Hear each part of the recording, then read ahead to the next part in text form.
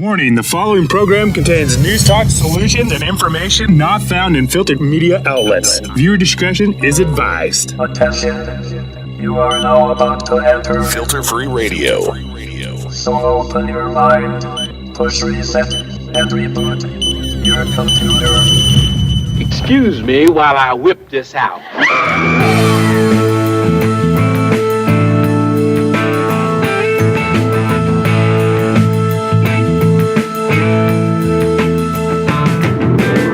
Looking for filters? Check your coffee maker. This is Filter Free Radio with Jacob Dean and Skeptical Scott. FilterFreeRadio.com. Get ready to suck down some grounds. When I talk about resistance, I think we have to stand up now and carry out acts of nonviolent resistance. Because the truth is, we do have power. We live in revolutionary times, but the counter-revolution is winning. Sounds like a case of the Mondays. Live Monday, 7 to 9 p.m. Eastern. FilterFreeRadio.com. This is my favorite show. We have been given an opportunity to make a new beginning. And I think it's very important for us to start to build a culture of resistance because what we're doing isn't working, clearly. It's our job to very coldly assess reality and then figure out how to respond. Your number one source for unfiltered truth, analysis, and solutions. FilterFreeRadio.com. Coming up in the second hour of this program that we're broadcasting live on Monday, January 13th, 2014,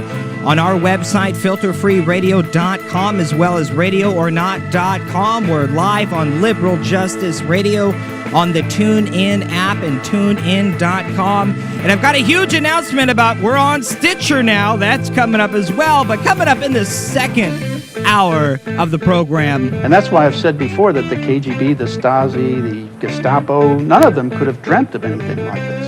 Former Lieutenant Colonel in the East German Stasi, Wolfgang Schmidt, said when he was commenting about the NSA collection and the warrantless surveillance of all the citizens of the United States, he said, for us, we could have only dreamt of this. So this would be a dream come true. But wait, there's more to that conversation. Here's the other side. So we are already seeing the rise of this corporate totalitarianism, for lack of a better word. And the structure has already been built. And those who are in power, Democrat, Republican, federal judge, MSNBC commentator, they're not going to dismantle it. They're not going to take it down. Either we, as a people, are going to rise up and force power to react, or we will be shackled. I mean, that is really the choice. We're also going to get into what is really the trouble with Chris Christie. And is this just the beginning of what could come from a totalitarian Gestapo-like Christie administration? But wait, there's more. The rebellion has kicked off. Yes, hallelujah. At least in New Hampshire, there is a rebellion going on, and it began this last weekend. I got to tell you about that as well. So much to get into. I want to welcome my super duper awesome mass producer, co-host, kick-ass, all-around brother from another mother, live from Washington, D.C., in our nation's capital. Mr. Skeptical Scott is with us. Hello.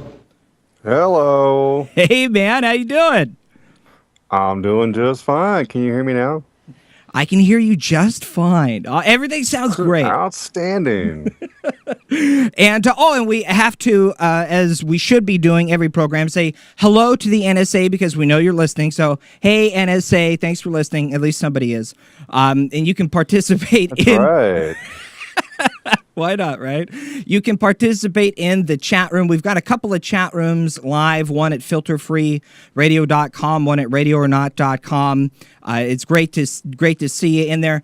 And we'll do chat room shout-outs coming up in a little bit. So much to get into the show, man. Where do you begin, right?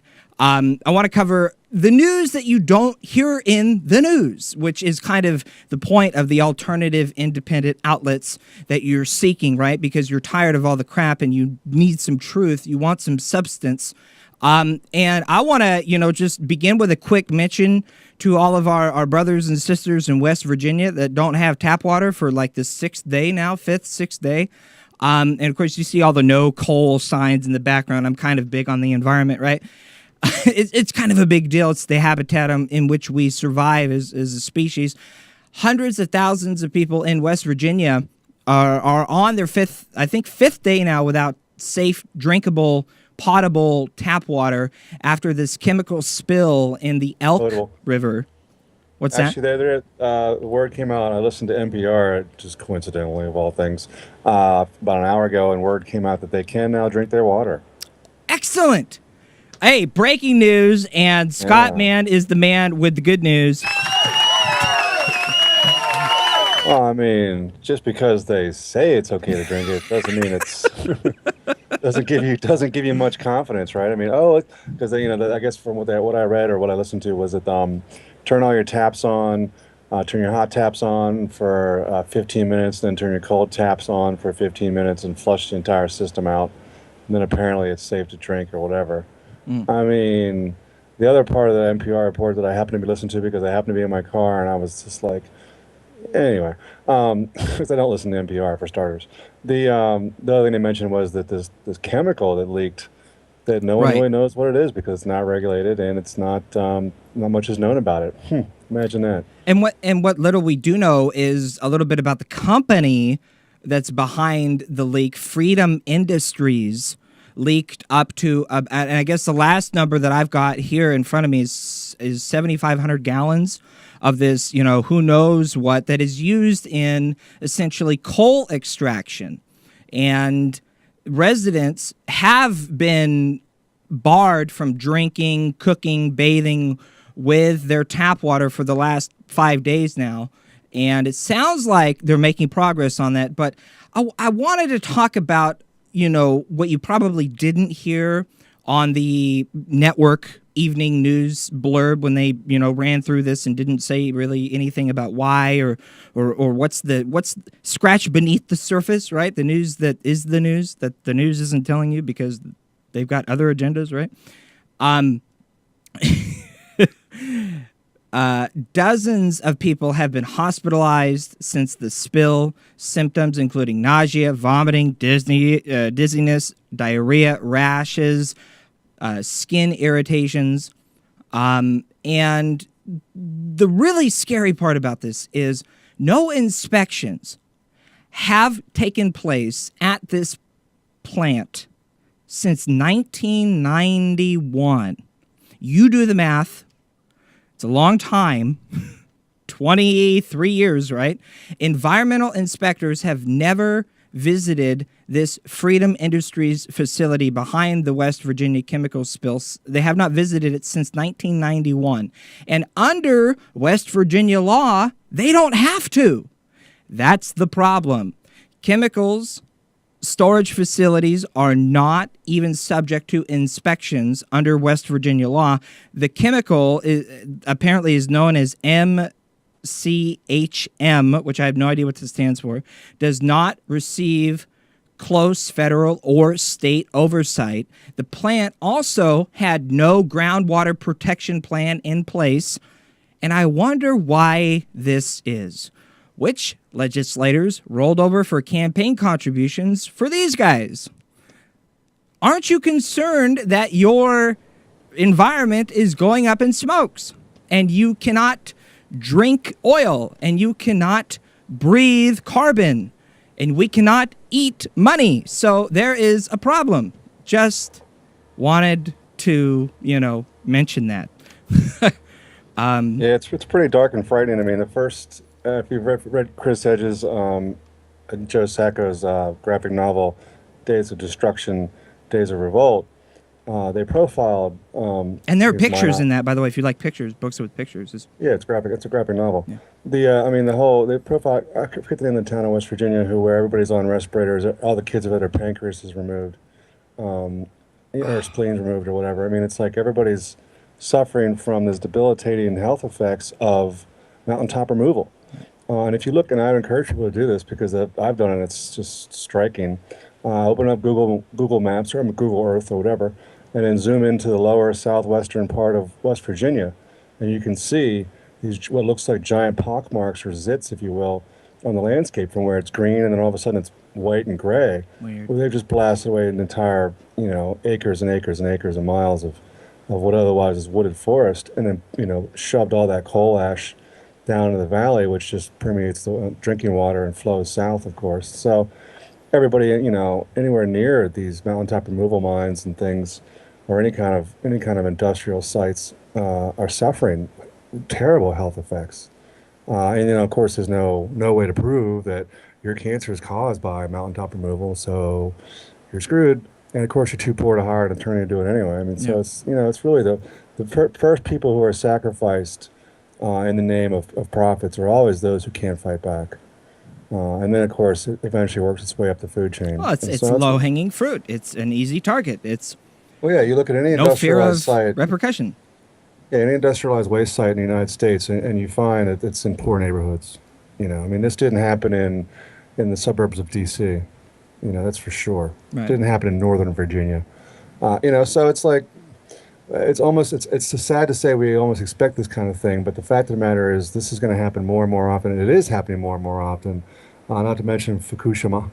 There's a new report out today that the first responders in the Navy are suffering terrible ill effects from the radiation that they drank. Apparently they drank desalinated radioactive water, not to mention being part of the cloud that washed over them while they were, literally underneath the plume or whatever, if you will, of the Fukushima fallout. So I mean, so there's apparently the class action has been delayed because there's so many, seamen coming forward to file this class action lawsuit again, and so it's just. This is what happens in a society that is unable to accept that the current system for which it is set up is not viable and not sustainable. That we have to radically shift away from fossil fuels, any kind of. We have to live in harmony with the environment. I mean, all this stuff is literally poisoning us. And I would encourage people, just as a side note, because for me, one of the things that really changed my opinion and my, worldview, if you will, on this issue, there's a movie called Homo Toxic Us. I actually just posted it today on my blog on our webpage, filterfreeradio.com. Nice. Yeah, I know, right? Homo Toxic Us. It's all one word. And it's a French-Canadian documentary that I actually saw first on Netflix. It's no longer on Netflix. It's only available on YouTube, and I think you can buy it online. Where this woman goes and has her blood drawn and tested for all these chemicals, and they're like, well, you have, arsenic and PCBs and mercury and all this stuff in your blood. And she's like, well, I feel fine. They're like, yeah, you're at a safe level. and she's like, what? The list is a lot longer than that. And the point is that everything we do in our society today pollutes and poisons us. I mean, from the food industrial complex to the pesticides and the foods we eat, to the plastics that leach, to the you name it, to the air we breathe. It's all, we're like, as Snork Y2K in the chat room has said before, we're literally swimming in a toxic soup. And the best we could hope for is to minimize the level of toxicity that we're exposed to, because you can't really get rid of all of it. Actually, Snork, if you wanted to call, I think we can have Snork call in because he had some information on this chemical that was in the West Virginia. Well, yeah, sure. In the meantime, I've got a clip that I want to play, and this is apropos of what you're talking about, understanding and really grasping and it's a difficult concept to grasp. It conflicts with everything that we have been told essentially up until now. That is, if you've never been exposed to someone like Howard Zinn or something like the People's History of the United States.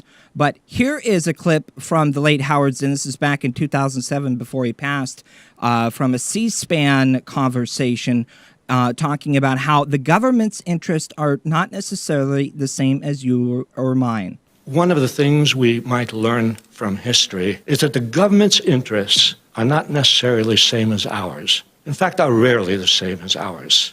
Because if you think the government's interests are the same as yours, then you think, well, if something is going wrong, it must be that they made a mistake because they really care about us. They don't care about us. The government does not care about its own soldiers. It would not be taking the wealth of this country and squandering it on $500 billion this year on a military budget. That's a hard thing to grasp, that the government does not have the same interest as us. It's hard to grasp because we grow up in a culture where the language of the culture predisposes us to think, yes, we have a common interest. The Constitution starts off in a preamble, we, the people of the United States, establishes. It wasn't we, the people, who established the Constitution. It was 55 rich white men who established the Constitution. Yeah, something like that, right? Let's go ahead and see if we can get Snork on the line and see if I can add him. You gotta love Howard Zinn. If anyone hasn't seen Howard Zinn, I encourage him to go to YouTube and pull up any one of his lectures. It'll blow your mind. Yeah. We've had Snork Y2K on the show many times. If folks haven't found those episodes, all of our episodes are at the website for free. And Scott, you say that Snork knows something about this chemical that no one knows anything about. And Snork, are you there? Yeah, I'm here. Can you hear me? Yeah, you're coming through, man. Tell us about this. Because I have no clue what's going on. I have a sheet of paper up called the Material Safety Data Sheet. This is the form that a company is required to have on site for any chemical that you're using. And this is their actual form. Huh. And sorry, I thought something else was going on there. I'm getting a bit of an echo. But anyway, when I came across it and I saw the warning on exposure control and personal protection that you need to have if you're around this stuff, it's into three sections. What you're supposed to have done before you think somebody's going to be there, that's called the engineering control. The personal protection is what you need to wear when you're there, even when those other controls are in place. And the exposure limits are when you need to say that's too much, even my gear won't help. So first of all, you're always supposed to have exhaust ventilation and to keep the vapor levels below explosive levels. And there's always supposed to be near you an eye wash station and safety shower. That is, you must be able to walk to that with your eyes closed without somebody guiding you. So you have to be able to basically know where one is in so many steps. Now, the personal protective gear you're supposed to have around that: splash goggles, lab coat, vapor respirator, boots, gloves. And then there is a special warning that I've never seen on anything else. It says the suggested protective clothing might not be sufficient. Consult a specialist before handling the product. What? What is that? What does that mean? Since you've never seen anything like that before. I'll tell you what it means, dude. In other words, that's what it means. Exposure limits are not available. Yeah, there's no studies about that from what I'm told. Yeah, physical state, it's a liquid at 20 degrees Celsius, basically about room temperature. It's a little bit lighter than water. It floats in the top. It's got a boiling point, no other information. And stability and stability and reactive. What can you not have it near? You can't have it around heat or light. What state is this in? Does that get warm? West Virginia. I know. I'm thinking it's south of here, right? Yeah, a little bit. So I hope we don't have a really warm summer. And it is incompatible with some different chemicals. They're called oxidizing agents. Pay no attention to those chemicals coming out of your tap water. Well, I don't think we should list them for other reasons. Yeah, but, Snork, that's what struck me so much about the, I only briefly listened to the NPR of all things, and they were just saying not much is known about this. There's been no long-term studies done about it. The only thing we have to go on is there are some studies done on rats, and from that point we could gross up the amount of exposure based on the size and weight, of the animal, i.e. human beings versus rats, to sort of vaguely guess about what it would do in higher concentrations and such. But there's no, it's basically been one of these things that have been just completely, I want to say, whitewashed or overlooked by the EPA. So there's no regulation of this ridiculously toxic and dangerous chemical. Right. 4 things that you must tell on an MSDS: carcinogenic effects, things that will cause cancer, not available. Mutagenic things. I'm trying to think how to describe mutagenic. There's no information on that. Teratogenic, that's where, like, if a mother gets it, their children are going to get DNA changes, like, and developmental toxicology. That might be things that would keep a child from growing normally. All of that not available, and then limits that are usually important would be TLV, the toxic level permitted, not available. Toxicology data not available. So it's difficult to tell. Well, at what level can I dilute this and still have people be exposed to it? Well, that's not known. Yeah, So, they're guessing. They're guessing, from what I'm told, that they're guessing that it will, seep into the ground and just be eaten by microbes within 2 weeks, and just basically dissipate completely within 2 weeks. But they don't really know. And what was it? You said there's 4 things that are required on a what? What was that acronym you used? Material safety data sheet. Oh, okay. So that's your standard basic EPA regulation. Yes, this is not private data. This is something that must be public. In fact, anybody that's in your building, anytime you're in a building, you can walk up and say, I would like to see your material safety data sheet. And the safety person responsible for safety in that building, even if it's the president of the company, must show you that book. Wow. You have to show anything that's supposed to be regulated by the EPA, right? No, any chemical. You open your desk drawer and you pull out a box of whiteout, you've got to have an MSDS sheet for it. No kidding. Yeah. And the more you know. You also must have firefighting information available for any chemical that you have on site. Pass. And some of that information is not available. That's scary when, people try to find out what's going on when it concerns them, especially locally in the communities, when they can't drink their freaking tap water. And, no information here. Move along. Pay no attention. That's scary. Yeah, it's fine until it leaks in the groundwater and starts killing people. Right. Also, people should know the safety for it. If you do get exposed to it, start vomiting.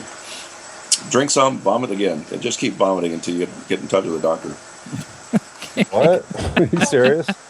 Well, yeah, you gotta flush. You gotta flush your system, man. It's not exactly how it says it in there. It's inducing vomiting by sticking the finger in the throat, and wash your finger afterwards.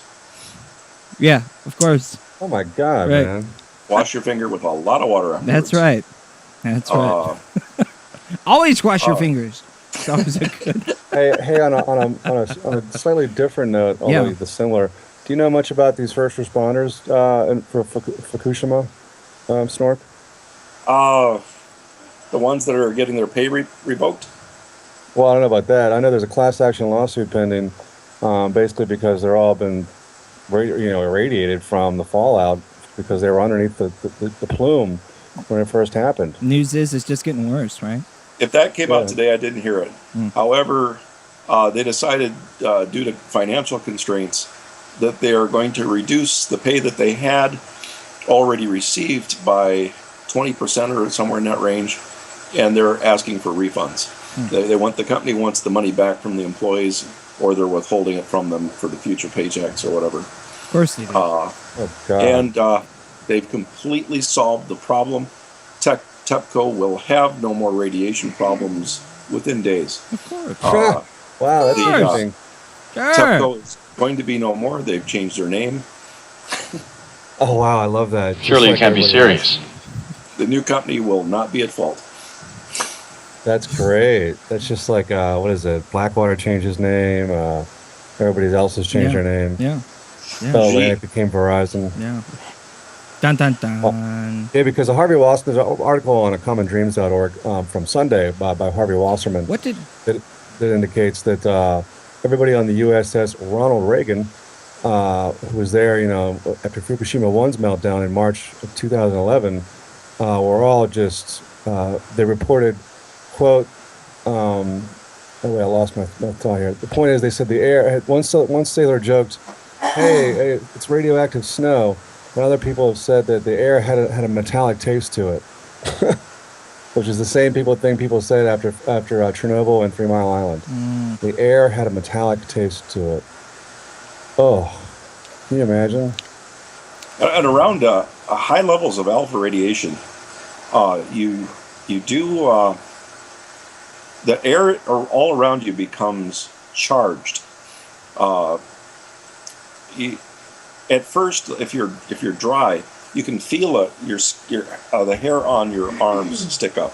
It's the only radiation you can really feel because they're infrared, but you can feel the hairs on your arm move when you get too close, and it's a kind of a creepy feeling.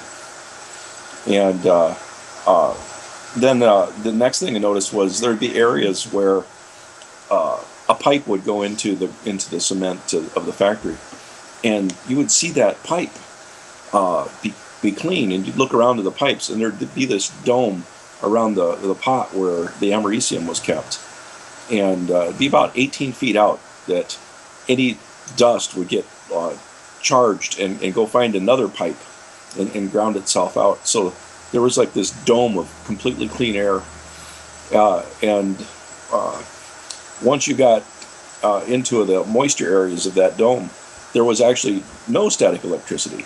So it would completely be closer. All the static could be bled out by the conductive air. Sorry, I didn't mean to get off track there. That's all right. It's all over my pay grade, but it speaks to the fact that we have, as Einstein said, you shouldn't have to split the atom to boil water. And that's where we are as a society. I mean, let's face it, it's woefully inadequate and inefficient to even consider nuclear power as a viable source. And yet, here we are with these General Electric built nuclear power stations all on, coastal lands near the water. I mean, we have one near us here on the Chesapeake Bay. I mean, God forbid we should get a hurricane on the East Coast, we're all going to get wiped out. I mean, specifically in the Chesapeake Bay area. And so like from my reading of Fukushima is that, or Fukushima, whatever, is that 3 out of the 4 cores are missing. Like they don't even know where they are. I mean, they literally melted down into the bedrock, and then they don't know. They have no account for them.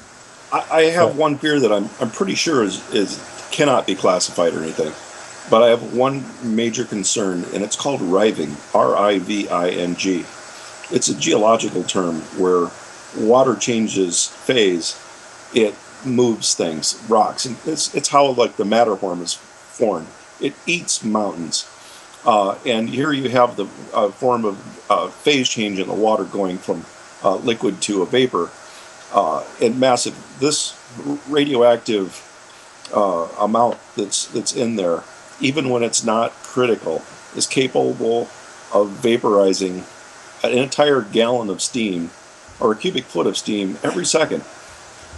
If it goes critical, it can actually vaporize like a cubic mile of water. So there's no amount of water you can put on this stuff to cool it down. When it gets into one of its hotter mixes, the water cannot touch it before it vaporizes. The radiation can actually heat the water before it contacts the metal. So you go into this inability to cool anything with water once it's above 700 degrees. So when it's doing there, when water goes to a liquid to a vapor, imagine the one drop of gasoline in your car that goes from a liquid to a vapor. It pushes your car. It's got to go somewhere. The energy's got to expand and go somewhere. Right. So now that it's down in the sand and rock, what's it doing? It's blowing the sand and rock away, and basically making little bowls. So what happens when you have 3 bowls with a certain amount of material, of a material that if it comes in contact with a friendly material, that 2 of them will go critical. Or if there's 3 of them down there, and they're rolling around, basically forming circles of things that they're carving their own little bowls, sometime those bowls are going to meet. We can't just leave them alone. We got to go in and get them. And I can't see it doing that without people dying. When Chernobyl reacted to theirs, they killed a lot of people. And personally, I don't see a a situation where people aren't going to die trying to resolve this. You hate to let it get to that, you know. You'd hate to let it get to the point where people are dying before people give a shit and do something about it. But hey, people in West Virginia are already feeling nausea, vomiting, dizziness, diarrhea, rashes, reddened skin. So I mean, we're getting close. Oh my it is the bottom of the hour though. I want to run to a break, but I've got to thank Snork, man. I always learn something every time you call into the show, man. Likewise. I mean, I love it. It's like I never took science in high school and college, or at least not of any significance. And so every time I talk to you, I learn something, and I appreciate it. Thanks, guys. Thanks, man. We'll talk to you soon. We've got to continue the conversation soon. Absolutely. And let that be a call for you to participate in the conversation. It is an open conversation. The phone number, 503-746-TALK. You can give us a call anytime at 503-746-TALK. Take a real short break. We'll come back with what is the trouble with Chris Christie? What is the rebellion happening in New Hampshire? And what the heck are activists doing in Washington, D.C. about Guantanamo Bay? All of that coming up next on Filter Free Radio. Don't go anywhere. Your number one source for undiluted truth, analysis, and solutions. Filter Free Radio on Radio or Not and filterfreeradio.com. Begin transmission. This is Liberal Justice Radio. Yeah, there's guns and glow lights and kids wear the vests. Yeah, no, I know what it is. Liberal Justice Radio on TuneIn and online radio. Hey friends, Jacob Dean here with exciting news. You can now hear my show, Filter Free Radio, on the free Stitcher mobile app. Just download the free Stitcher app from Stitcher.com or in the App Store and search for Filter Free Radio. That's all there is to it. No syncing, no taking up memory on your device. Just Filter Free Radio on demand for you on the go. Plus, you can rate and review Filter Free Radio on Stitcher. The more you rate, review, and share us, the higher we will rank on Stitcher, and that means the more people will discover Filter Free Radio. It's never been easier to enjoy Filter Free Radio and help us spread the word. So download the free Stitcher app, search for Filter Free Radio, and start benefiting from unfiltered radical truth-telling anytime, anywhere. Thanks, and keep up the good fight. There's a growing army of the working poor in our U.S. of A., and big contingents of it are now on the march. They're strategizing, organizing, and mobilizing against the immoral economics of inequality being hung around America's neck by the likes of Walmart, McDonald's, and colleges. Wait a minute, colleges? You go there to get ahead in life. More education makes you better off, right? Well, ask a college professor about that. You know, the ones who earned PhDs and are now teaching America's next generation. The sorry secret of higher education, from community colleges to brand-name universities, is that they've embraced the corporate culture of a contingent workforce, turning professors into part-time, low-paid, no-benefit, no-tenure, temporary teachers. Overall, more than half of America's higher ed faculty members today are, quote, adjunct professors, meaning they are attached to the school but not essentially a part of it. It also means that these highly educated, fully credentialed professors have become part of America's army of the working poor. They never know until a semester starts whether they'll teach one class, 3, or none. Typically, this leaves them with take-home pay somewhere between $0 and maybe $1,000 a month. Poverty.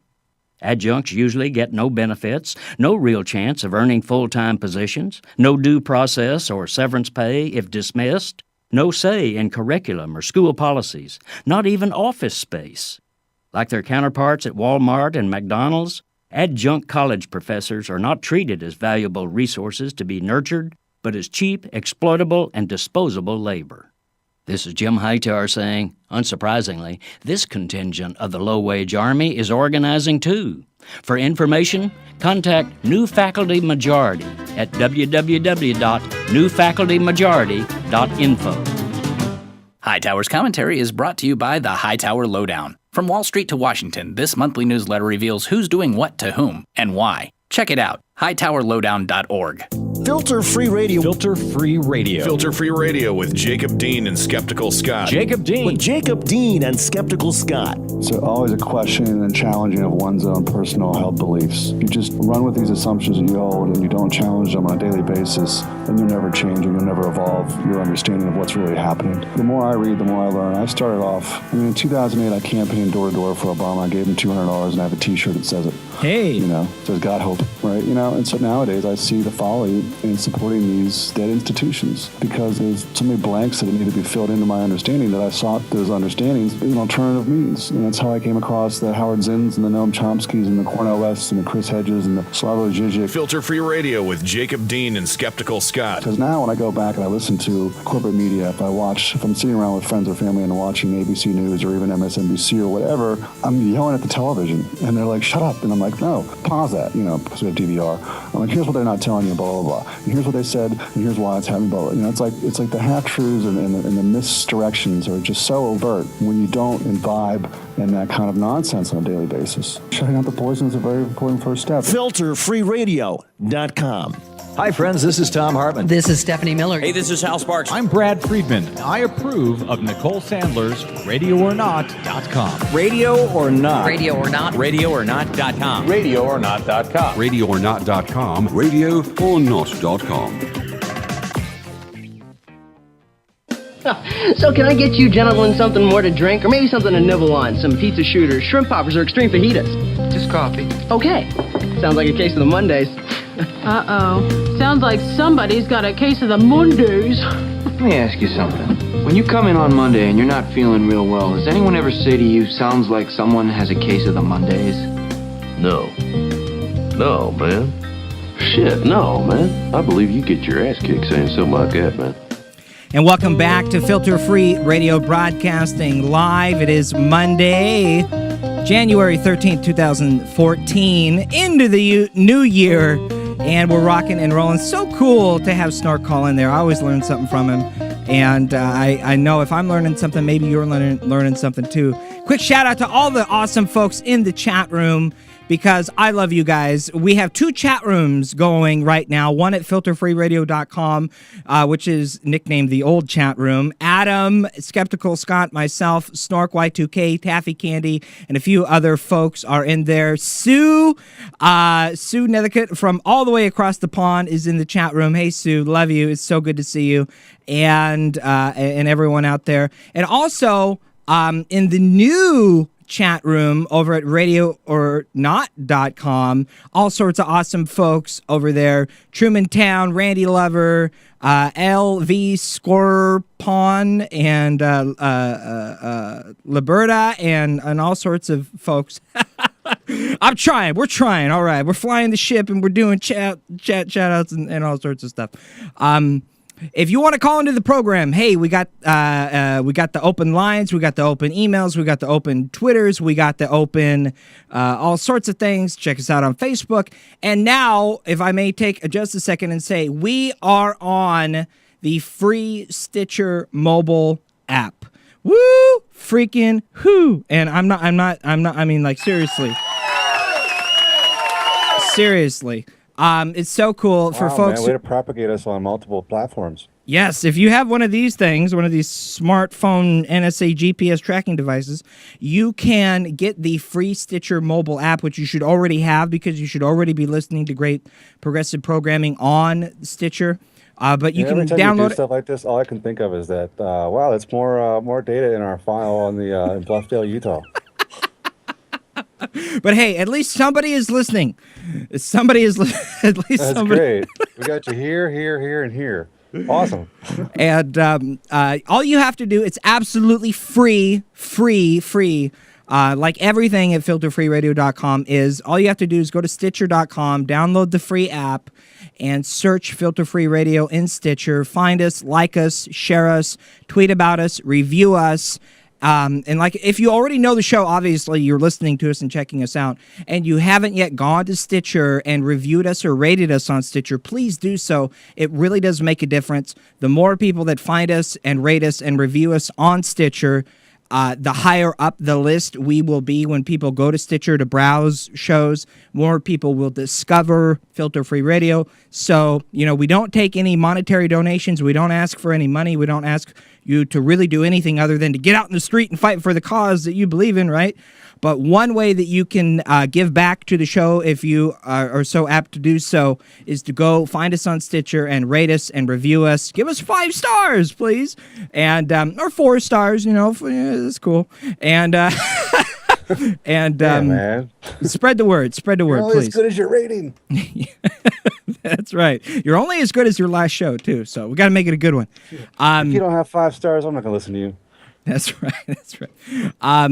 I was kidding about the 4 stars. You should give us 5. Anyways, there is rebellion happening, at least in New Hampshire, and it kicked off over the weekend to fight against an epic battle that we really should take upon, and that is money and politics, because the reason why Scott and I never really talk about politics, never get into that whole political conversation, we're really trying to talk about civics, about broadening the discussion, because politics has become so corrupted by money. It's like you're useless fighting in such a corrupted game, and you can change the players, but you can't change the game, and that's why we're talking about system change, and that's why Lawrence Lessig is trying to honor Granny D and Aaron Schwartz by starting the New Hampshire Rebellion, and he kicked it off this weekend, a couple days ago, staging what they have dubbed the New Hampshire Rebellion. This group, led by Harvard intellectual and activist Lawrence Lessig, set out for a 185-mile journey across the Live Free or Die state. They started on Saturday, and they're really trying to call attention to what they see as one of the most important issues today, the dire need for campaign finance reform. We've talked a little bit about campaign finance reform on this program. Scott and I have. Lessig said, quote, "On Saturday, we begin a walk across the state of New Hampshire to launch a campaign to bring about an end to the system of corruption that we believe infects D.C.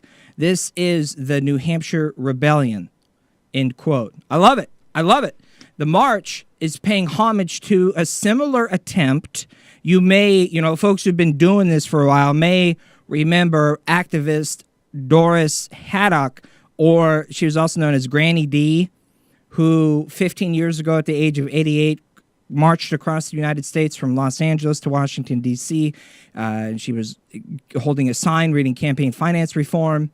Of course, 15 years ago, I was only 10 years old, and the only thing I was caring about was the bowling and the Seattle Mariners. So I didn't know who Granny D was 15 years ago. But I know who Lawrence Lessig is today.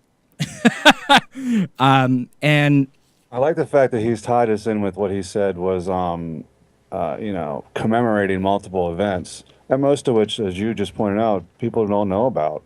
Certainly their significance. I remember Granny D vaguely, because I think they trotted her out a while ago before she died. She died at the age of 100, by the way. Right. So she lived another 12 years.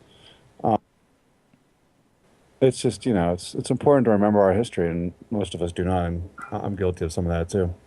Yeah.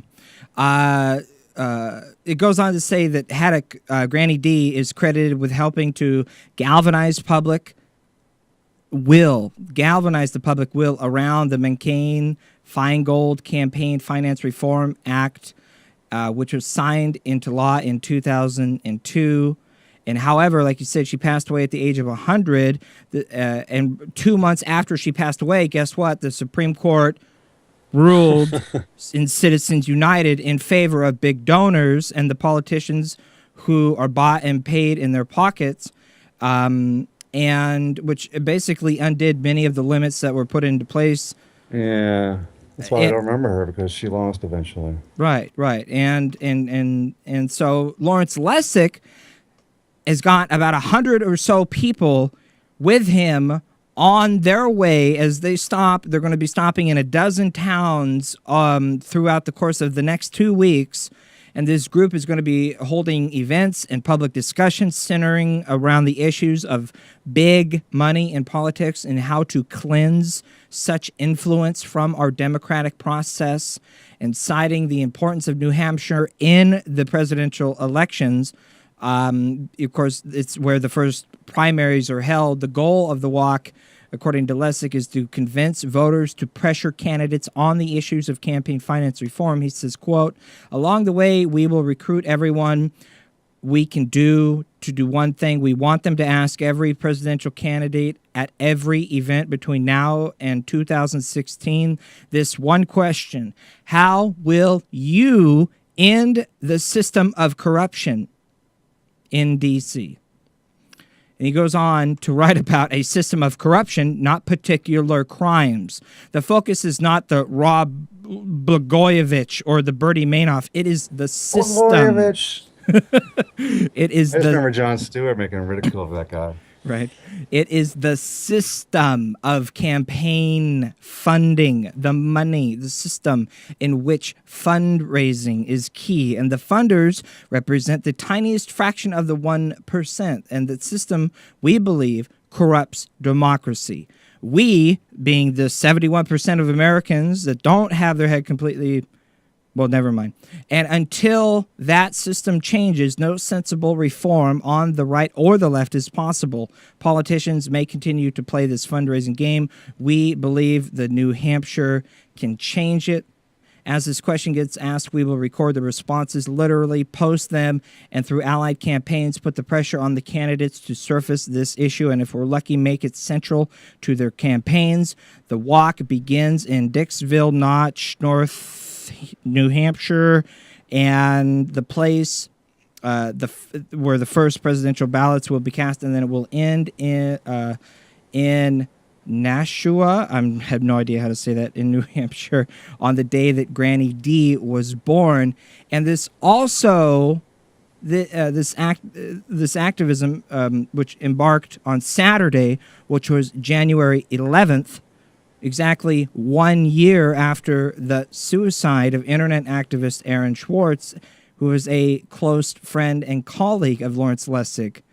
And Lessig is asking anyone that wants to participate, please come join the walk. Or if you're not in the area, like I'm not going to go to New Hampshire for the walk, unfortunately, you can sign an online petition that they have to pressure candidates on the issue. So there is a rebellion, at least a small one somewhere, that you're definitely not going to hear about. Or if they talk about it, they're definitely not going to call it the New Hampshire Rebellion, because that would be, too scary. That would be too anti, way of in favor of the corporate media that you're watching. It won't be covered. It won't be covered. But, the interesting thing is, at least it gives us a little bit of a good example. I think, such is the danger of a good example, right? Right. So, which is what I think one of the Noam Chomsky's catchphrases, because it's really what, U.S. foreign policy and what's now becoming U.S., domestic policy, obviously. Right. Because empires always come home to roost. And that's what's becoming just a police state. I mean, you have any opportunity for, obviously, Occupy movement's a good example of this, any opportunity of resistance or anything that breaks from the mainstream paradigm that, or steps out of the boundaries that the corporate media outlays for us. Like, you can never question the fact that we're an empire. We're out there doing good in the world. That's why we have a military. It's for good, right? What does that mean? Well, so you don't make those assumptions. You just don't question that. And when you do these kinds of things, you realize that that what's happening now is that we can no longer afford this, and we're all being sacrificed under the altar of empire expansion. And that's what happens in Egypt. It's what happens in Greece. It happens in Rome. It happens in all civilizations, or all complex societies, I think is the catchphrase. And right. It's really it's something to keep in mind when you read this kind of news. So that Lawrence Lessig and the things that people like him are doing are important, no matter how trivial they may seem, because everything's a good example. Imagine if it happened on a global scale, on a much more national scale. Imagine if it wasn't just a couple hundred, but tens of thousands, hundreds of thousands. And so you have to start somewhere. Heck yeah! If anyone's ever participated in something like this, just the camaraderie alone of the people there makes you feel that, oh, well, I'm not alone. And yes, other people do believe and understand what's really going on. And that grows, you know, it's like putting pieces together for people. So I think good on Lawrence Lessig. He was part of the Occupy. I mean, at least he spoke at Occupy. Yeah. There's several videos of him online. He's got a couple good books too, but I don't always agree with him, by the way. Yeah. But and if folks, I mentioned, if folks don't know, by the way, Saturday, the 1 year anniversary of the death, the suicide of Aaron Swartz. Aaron Swartz was an internet freedom activist, and he essentially took his own life because he was about to go to trial for using this network at a school, Massachusetts Institute of Technology, MIT, download millions and millions of academic articles, and he was going to make them with the intent of making them available freely on the internet. And he was facing like 35 years or something like that in prison, and a penalty at the time that everyone was like, this is ridiculous, this is excessively harsh. And yeah, no, forget. I mean, he's under a lot of stress. He already suffers from depression, and they basically badgered him. There's like at least 3 examples where the state's attorney didn't have to go after him and was really pushing an aggressive indictment on this individual. So it's intimidation and coercion, and you know that's what killed him. Yeah, and and just the idea that knowledge is power, and everyone should at least have an attempt to access that knowledge freely at their own will. Yeah, some people are going to take it upon themselves to teach themselves more so than others. Others are just going to check out and zone out on the iPhone. But for those who actually want to better themselves and educate themselves, why shouldn't they have access to information? And why isn't the internet free for everyone?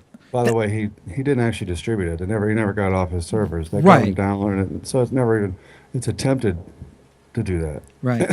Here, I really believe that, because you look at what's sparking rebellion and revolution across the world, and the different situations and the different thresholds that are being crossed. I think realistically, if there was to be some sort of nonviolent, massive civil disobedience rebellion in this country, in this day and age, it's going to be around an idea more or less something like free internet for everyone, because the internet now is essentially the commons. It is today's library, and the fact that I mean that's you're absolutely right, man. No one watching this show right now is doing it, I'm guessing, from the free public library computer, and so you somehow are paying somebody to watch this show or to get on the internet, and that is wrong. I think that it should no longer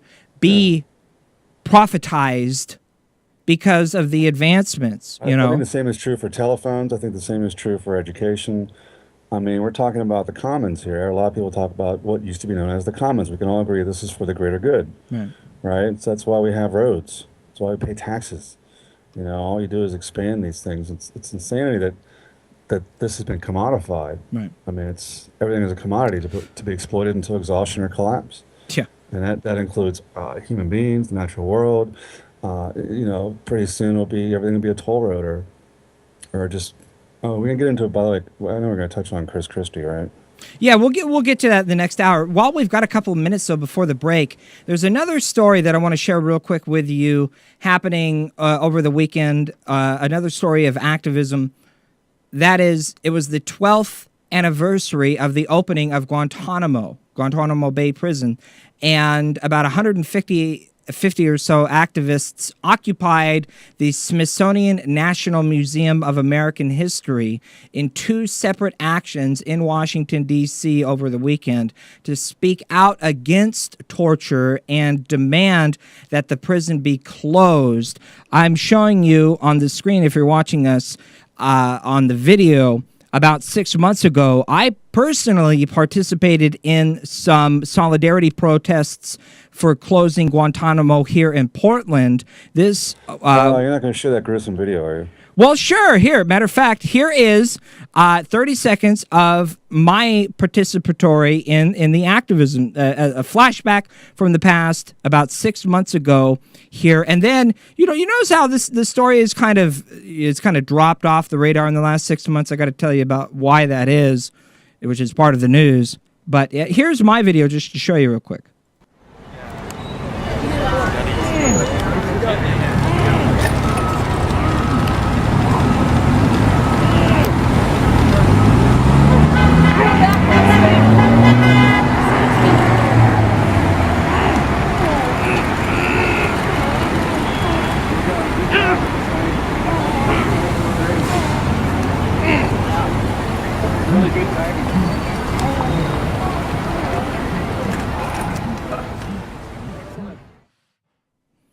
Yeah, it's no most deaf, but you get the idea. And that was in public, right in front of City Hall in downtown Portland, in the middle of rush hour traffic in the afternoon. So some people saw that, and it gets the message across, right?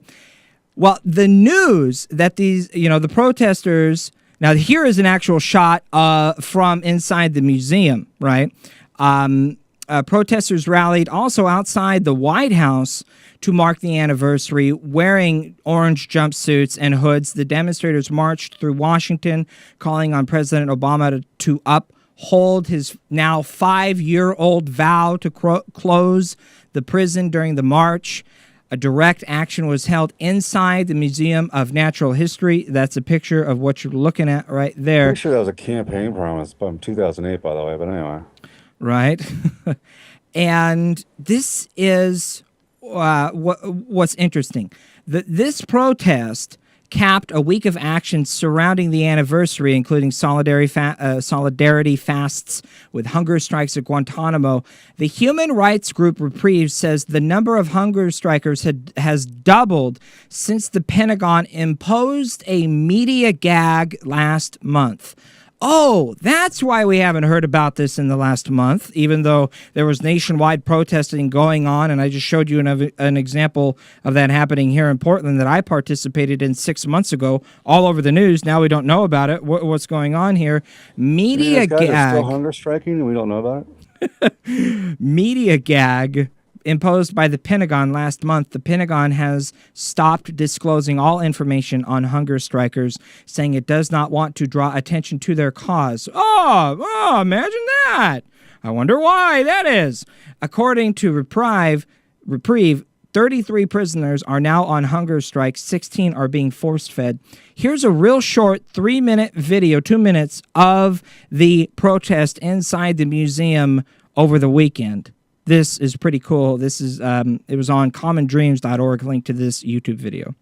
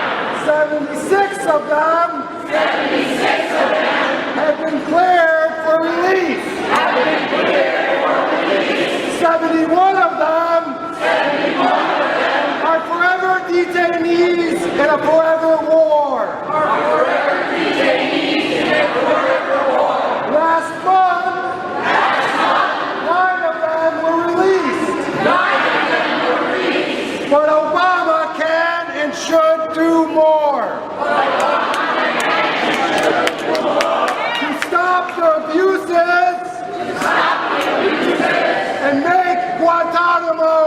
history.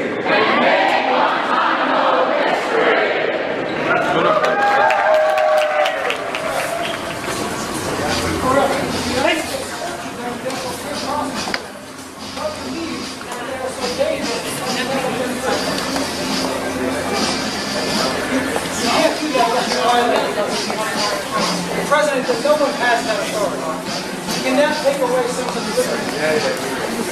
Unless you're going to charge them and trial them. Try them. We learned this from our own mistakes. From our genuine American values. The shutting down of America's commitment to international decency remains the case. That there are 155 Muslim this area is closed, meaning everyone inside of the gallery. Everyone inside of the gallery.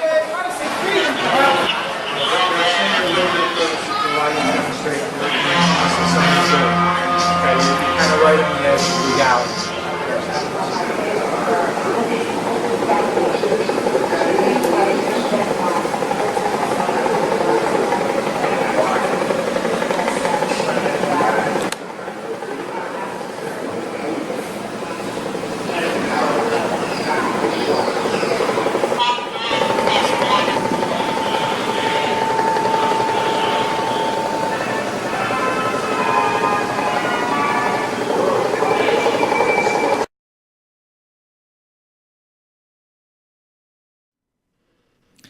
I thought that was really cool. I wanted to share that with you. And just the idea that, hey, this is the American History Museum. And, you know, all of the whitewashing of American history that goes on here. Why don't we impose a exhibit that reflects reality for once? Because this is American history, after all. We are participating in torture, and this is going to be part of our legacy. So why don't we show folks? Very clever. Way cool. I loved it. So let's go ahead and run to a real quick, short break here at the top of the hour. We'll come back. We may have another special guest calling into the show to tell us about when he was live at the inauguration of the first socialist city council member that Seattle has had in a very long time. Hopefully, we'll speak with Mark Taylor Canfield coming up in just a couple of minutes. Next on Filter Free Radio Live on our website at filterfreeradio.com, radioornot.com, and we're live on Liberal Justice Radio on TuneIn and tunein.com. We'll be right back.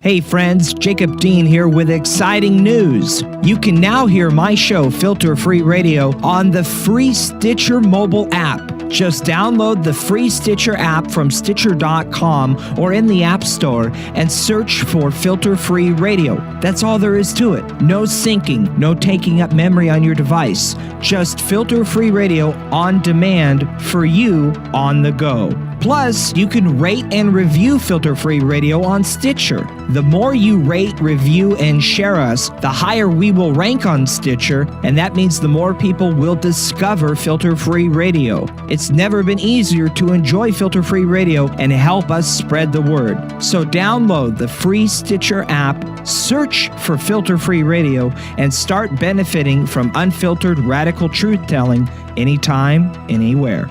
Thanks, and keep up the good fight. We got no plans at all. Evil man's always transcending. Follow like sheep, swallow everything. Always simpletons or pretending. This is your moment of clarity from LeeCamp.net. It occurred to me recently that there were a lot of social decisions made a long time ago that we all kind of live by and go along with, even though I never signed the contract. Neither did you.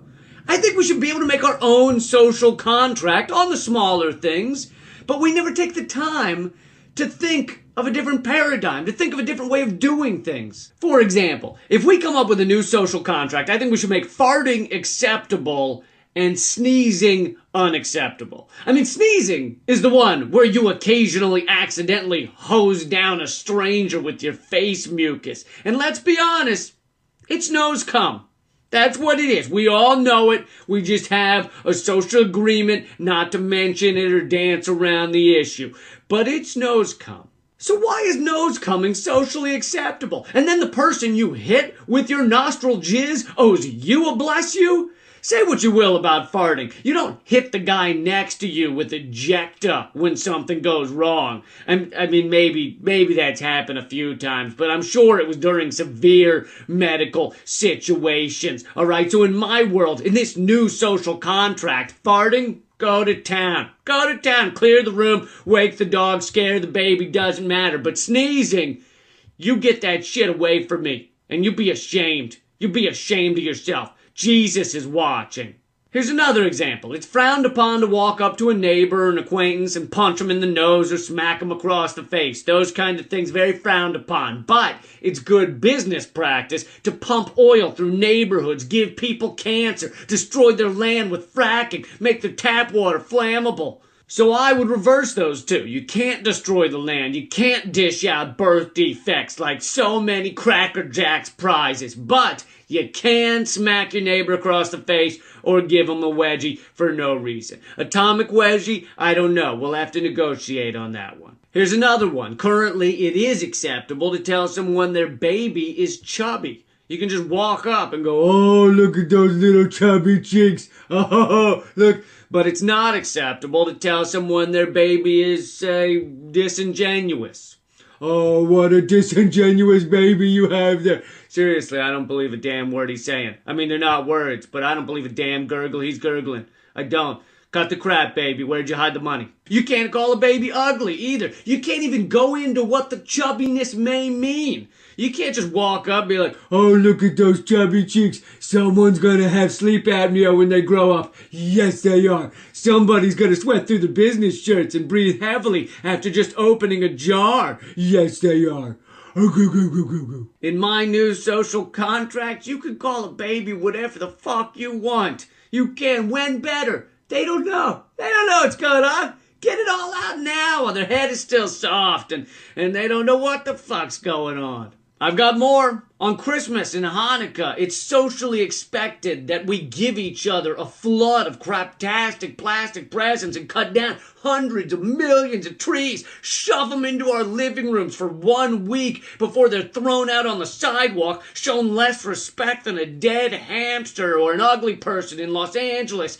Instead of having a yearly time when we give each other stuff, let's have a yearly time when we take stuff from the egregiously rich, right? Once a year, we make it socially acceptable for you to just take the shoes off a banker or the toupee off a hedge fund manager. Or even better, how about if you have over like $10 million, you just know that society expects you to be ashamed of it. Just to walk around like a dog who just got caught butt scooting across the nice carpet. You get to keep the money. You get all your money. But you have to look like you are disgusted by it. When Mark Cuban or Donald Trump or Rupert Murdoch walks under a balcony and some 21-year-old kid is pissing on their head, they should have to think to themselves, I get it. He has a point. I have $1 billion and people don't have shoes. I deserve the golden shower.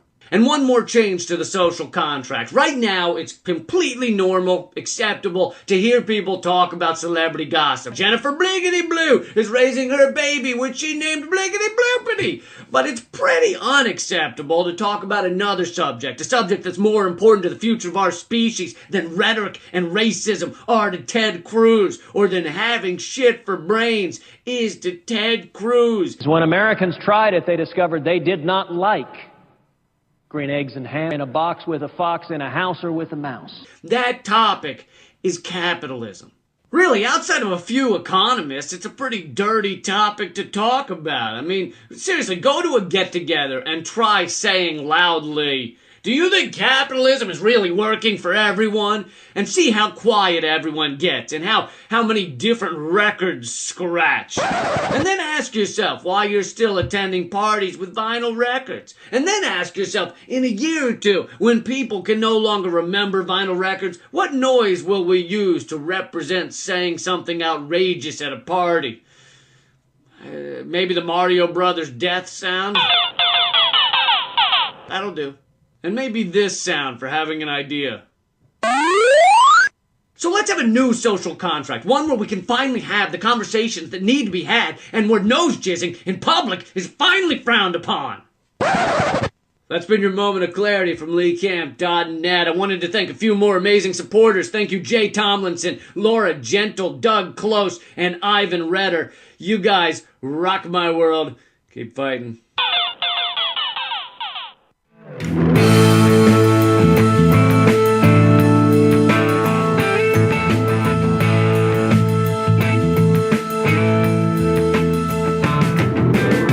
Looking for filters? Check your coffee maker. This is Filter Free Radio with Jacob Dean and Skeptical Scott. FilterFreeRadio.com. Get ready to suck down some grounds. When I talk about resistance, I think we have to stand up now and carry out acts of nonviolent resistance. Because the truth is, we do have power. We live in revolutionary times, but the counter-revolution is winning. Sounds like a case of the Mondays. Live Monday, 7 to 9 p.m. Eastern. FilterFreeRadio.com. This is my favorite show. We have been given an opportunity to make a new beginning. And I think it's very important for us to start to build a culture of resistance because what we're doing isn't working, clearly. It's our job to very coldly assess reality and then figure out how to respond. Your number one source for unfiltered truth, analysis, and solutions. FilterFreeRadio.com. And welcome back to the second hour of the show, broadcasting live on our website. It is Monday, January 13th, 2014, 5:11 on the West Coast here in Portland, Oregon. We're live on FilterFreeRadio.com, RadioOrNot.com, Liberal Justice Radio on the TuneIn app and TuneIn.com. The podcasts are free and available everywhere on iTunes, commercial free, on YouTube for free, and now on the Stitcher mobile app as well for free, so you can get your filter-free fix on the go, on demand. Why not? Hey, I came up with a real awesome tweet that I wanted to share with you, and thanks to Snork for retweeting it the other day. If the only movements we participate in are bowel movements, then we should not be surprised when all we end up with is shit. Hey! That's a good one. And that's free. That's not part of the show. You get that one for free. So there you go. Welcome back to... Clever. Where'd you find that? I didn't find it. I came up with it. I was sitting on the throne. I'm not going to lie. Sometimes I get the best ideas there. We all do. And I'm like, hey, bowel movement. And I'm asking people to participate in movements. And most people don't participate in movements. The only movements that most people participate in are bowel movements. So wait a minute. If the only movements we participate in are bowel movements, then we're just going to end up with a bunch of shit. Right? Isn't that a good one? Very clever. Hey, I like how you walked that one down for me too. And I'm not above bathroom humor. You gotta laugh. You gotta have fun once in a while, right? And those logical conclusion. Yeah, right. And speaking of having fun, Chris Hedges really had fun with Chris Christie this morning on his article at truthdig.com. Oh, and by the way, I just as a cool tease, hopefully, I missed a call from a good friend of the show, Mark Taylor Canfield, who I talked with before the show, and Mark might be calling into the program. Hopefully, Mark, if you're listening, give me a call back, and I've got the line in front of me now, so I don't miss you.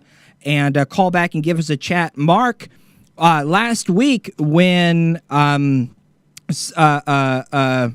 Shama Savant was sworn in as Seattle's first socialist city council member, Mark Taylor Canfield was live there covering it as the fine journalist that he is. And he was going to give us a call last week, wasn't able to do it because there was so much going on live there as it was happening. And so hopefully we'll be able to touch base with Mark. So if he calls in, I'm just going to go straight to him. In the meantime, the trouble with Chris Christie... Dun, dun, dun. Not necessarily something I really want to spend too much time talking about, and definitely not what I expected Chris Hedges' article to be about today. Of course, I read it religiously every Monday at truthdig.com. There's a new article out by Chris Hedges, whom I love. And this article, the title, The Trouble with Chris Christie. Let me read you the first paragraph. This is by Chris Hedges, truthdig.com. New Jersey Governor Chris Christie has been Wall Street's anointed son for the presidency. He is backed by the most ruthless and corrupt figures in New Jersey politics, including the New Jersey multimillionaire and hardline Democratic boss George Norcross III. Among his other supporters are many hedge fund managers and corporate executives and some of the nation's most retrograde billionaires, including the Koch brothers. The brewing scandal over this closing of the traffic lanes on the George Washington Bridge, one of the most used bridges in the whole country, apparently in retaliation, playing politics for Fort Lee's mayor's refusal to support Chris Christie's reelection in 2013, is a window into how federal agencies and the security and surveillance apparatus would be routinely employed in a Christie presidency to punish anyone who challenged this tiny cabel's grip on power. And I read that and I said, wait a minute, this is actually worth talking about. Because, of course, everyone's talking about, oh, you see how Chris Christie's playing politics and they shut down the lanes and everyone's all upset. And isn't that illegal, by the way? Isn't that like extortion or that's a whole different retaliation? I mean, yeah, it's definitely misuse of powers. Yeah, and but what Chris Hedges is getting at is this is only just the beginning. And this is what it's going to look like as far as, examples of, you want to see the new normal. You want to see an example of the coming to be inverted totalitarian state. This is it. And this is only just the beginning. And that's the position that I had never thought of before. And of course, you probably hadn't either unless you read this article yet. And I'm sure you hadn't heard outside of this conversation or the article, because no one's talking about this part of it. The idea that, we're ever getting closer to the totalitarian state, the inverted totalitarianism, to quote Sheldon Walden from Democracy Incorporated, which is, the difference between your traditional totalitarian states put their focus on a central, like, charismatic leader, whereas essentially inverted totalitarianism or corporate totalitarianism finds anonymity in the corporate state. And and back to this article, Chris Hedges writes, activists, Democratic and Republican, rivals for power, liberals, reformers, and environmentalists will, if Christie becomes president, see the vast forces of the security state surge into overdrive and reverse reform, gut our tepid financial and environmental regulations, further enrich the corporate elite who are pillaging the country, and savagely shut down all dissent. Not like that's already happening already. Look at Snowden or Manning, Assange. The corporate state's repression, now on the brink of totalitarianism, would, with the help of Christie and his corporate backers and his Tea Party loyalists, become a full-blown corporate fascism. Dun dun dun! Hit the. Oh, damn it! I lost where's that sound box? One of these days I'm gonna do some, like, my homework that I've got to do around station keeping and show keeping. There it is. I need my sound box back, man. Yes, you do. You need a sound box. Damn it, man. So we can have dueling boxes again. That would be way cool. The point is, politics has become a crime syndicate. Yeah. I mean, it's really it's real greaseball shit, right? Yeah. I mean, I just keep thinking that Goodfellas, it's real greaseball shit. It is greaseball shit. It's like gangster thug, like mobster, Well, I mean, it's just proto-fascist. I mean, what you have is, it's characteristic of psychopaths. I mean, there was a quote here I wanted to read. It's, his vicious temper, a propensity to bully and belittle those who are weaker than himself, an insatiable thirst for revenge against real or perceived enemies, and little respect for the law, as recent events have made clear. He is gripped by bottomless hedonism that includes the demand for private jets, huge entourages, exclusive hotels, and lavish meals. Yeah. It's just sort of grandiose. It's like bellicose. These people become, they're celebrities or whatever. They're foisted to power because they're willing to do the bidding of the corporate state. They're just so craven.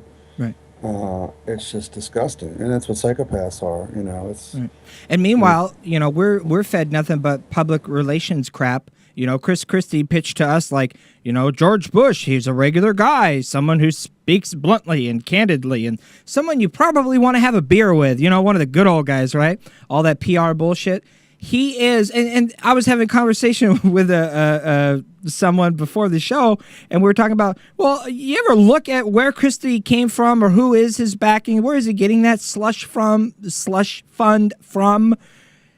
Chris Christie is and has been a longtime hatchet man for corporate firms and big banks like, I don't know, what was Mitt Romney's company? Bain Capital. I mean, I used to I didn't work for Clear Channel, but I worked at Clear Channel, which was at the time already taken over by Bain Capital. And I tell you, you look left and right, and people are losing their job over here, people losing their job over here, and the one news guy that's left in the newsroom's doing 4 people's worth of job, and they're maximizing their profits, stressing out their workers, and this is what the corporate firms and the big banks do. And Chris Christie has been a hatchet man for these corporate firms and big banks. He began his career as a corporate lobbyist in Trenton, New Jersey, working for clients such as the Securities Industry Association. He has done their bidding ever since. His wife, Mary Pat Christie, is a bond trader who worked at J.P. Morgan Chase, Fleet Securities, and Cantor Fitzgerald, and is currently a managing director at, you guessed it, Anglo Gordon, an investment firm in New York. If Chris Christie implodes politically, Wall Street will no doubt find another puppet to manipulate. The system, it's not an attack on Chris Christie, the puppet. It's an attack on, what I'm trying to get to is the attack on the system of the puppet master behind, the system of the corporate power, not the individual at the helm, because it doesn't matter. Like you just said, like Chris Hedges just said in his article, if Christie implodes politically, it doesn't matter. Wall Street's got someone else lined up next. Ted Cruz, come on down. Well, that's what Rick Scott embodies. That's what Rick Scott of Florida embodies. That's what Scott Walker of Wisconsin embodies. That's what the governor of Michigan embodies. I mean, these guys are all hatchet men for the corporate state. They want to privatize everything and just shred the commons. I mean, look what's happened with this so-called free trade. I mean, these companies just moved away from our entire manufacturing belt and left these people without jobs. And this whole swaths of what would be mill towns or whatever, or manufacturing cities like Flint, like Detroit, just vacant, street after street of vacant houses. I mean, the flight, like 30% have left the area. You have so much vacancy because there's no job, there's nothing to do. Look at what's going on with the United States Post Office. How come for the last few years, ever since they put in that poison pill legislation that says that the post office has to pre-fund 75 years out worth of retirement accounts, which is unheard of and unrealistic for any business to really do. I know. It floors me because no one knows that, and it's such a basic knowledge.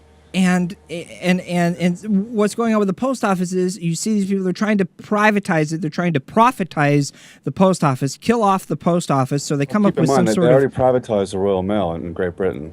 Their mail service officially, which is older than ours, officially went private.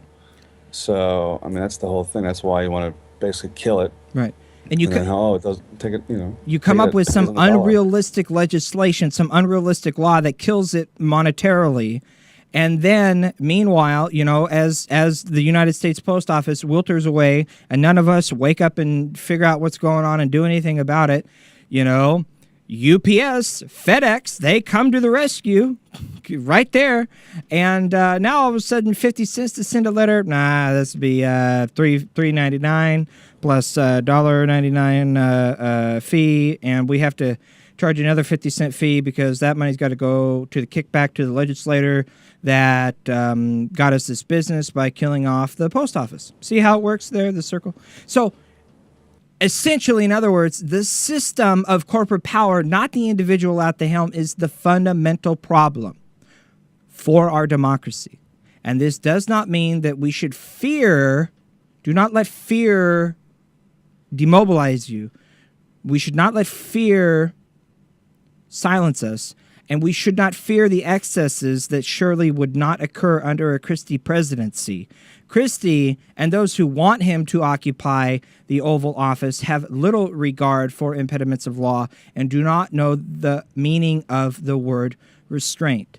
And like the clip I played earlier at the beginning of the show, in the introduction of the show, that we still have to get to from this conversation on the Real News Network with Chris Hedges and this NSA whistleblower. Get to it, man. Benny. He talks about how, well, you know, I'll save that for after the break. I want to save that for after the break. And I want to finish going through this article in the next 3 minutes here, which there isn't much left. Essentially, the end of Chris Hedges' article is this. He writes, the visceral need by Christie to ridicule and threaten anyone who does not bow before him, his dark lust for revenge, his greed, his gluttony, hedonism, his need to surround himself with large, fawning entourages, and his obliqueness to corporate power are characteristics our corporate titans embrace and understand. They see in Christie versions of themselves, and they know he will enthusiastically do their dirty work. They trust him to be a real bastard. If Christie and the billionaires behind him take the presidency and begin to manipulate government agencies and pull the levers of our Stasi-like security and surveillance apparatus, any pretense of democracy will be gone. Hoya! And in other words, for an example, the folks in Fort Lee who couldn't, cross the George Washington Bridge, that's the new norm, man. Oh, you voted against us? Well, we're going to shut down your highway this weekend. And we're I mean, they quantified that as like hours of worth of driving for some people. Right. I mean, there are lawsuits over that now. All the gas it costs people by sitting idle and et cetera, unnecessarily. I'm not, look at the Sue Happy state that we live in, but this is it's outrageous. I want to take a real short our last break here at the bottom of the hour, and we'll come back and pick up the conversation from the Real News Network with Chris Hedges and this NSA whistleblower. So much that we've never talked about. Who is to blame? Jerry Ford? Really? President Gerald Ford? Why is he to blame? We'll share that, plus more coming up. Filter Free Radio on filterfreeradio.com. Don't go anywhere. We will be right back.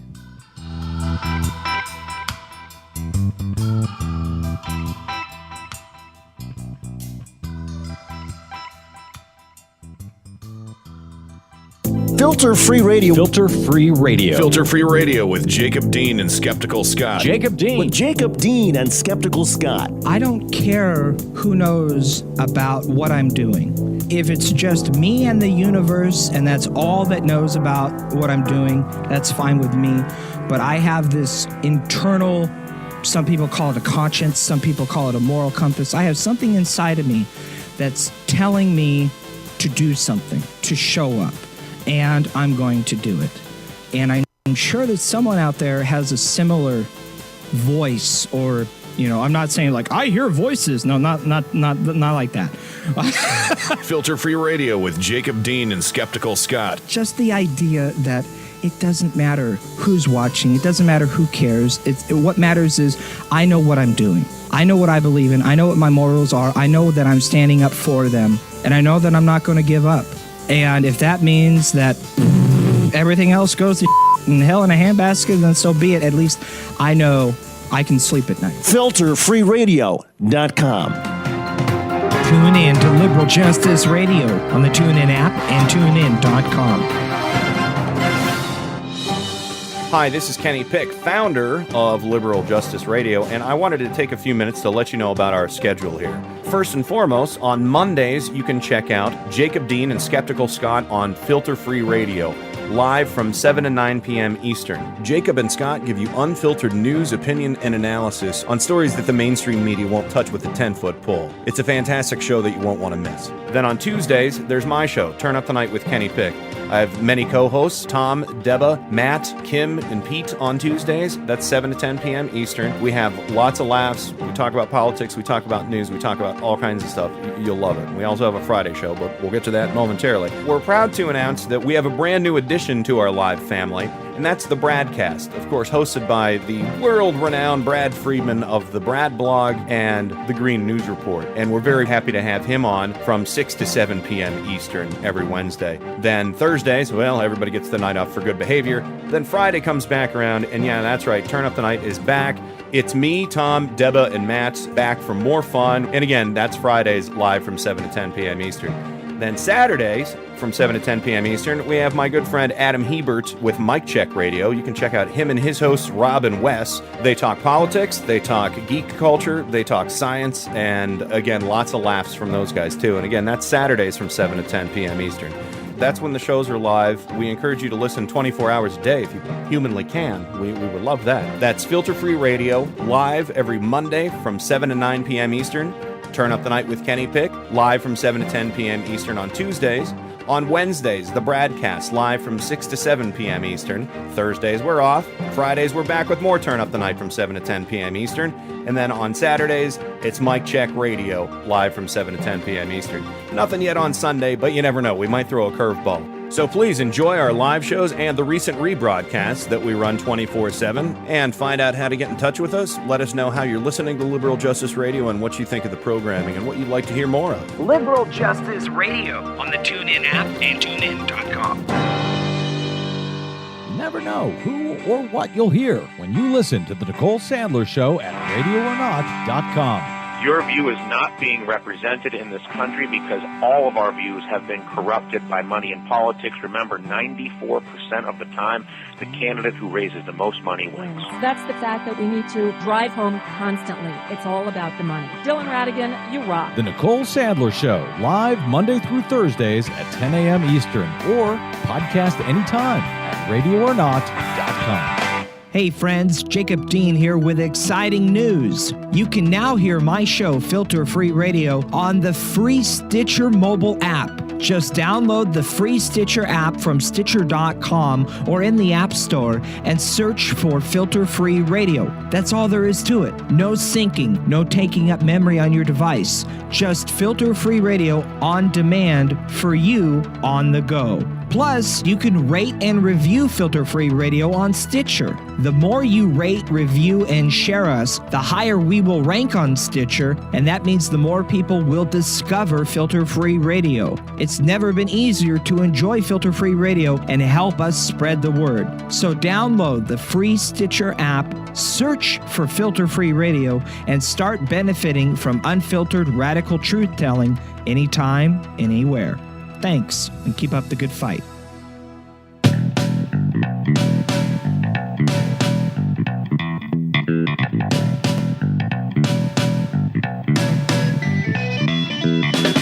Filter Free Radio with Jacob Dean and Skeptical Scott. Voices united for the 99%. FilterFreeRadio.com. Thank you, Kenny Pick, Mr. Announcer Man. Welcome back to the show. So good to have you on board with us. You can participate with the show anytime, 24/7, whether we're live or not, at filterfreeradio.com, on Facebook, facebook.com/filterfreeradio, on Twitter at filterfreeradio. And when we're live doing the show, hey, we've got a cool chat room at filterfreeradio.com with a bunch of super cool, awesome folks in the chat room hanging out. Hey, even the host of Mic Check Radio, Adam Hebert, is in the house in the chat room over there. So if you're not already in the chat room hanging out with cool folks having a fun time. What the heck are you waiting for?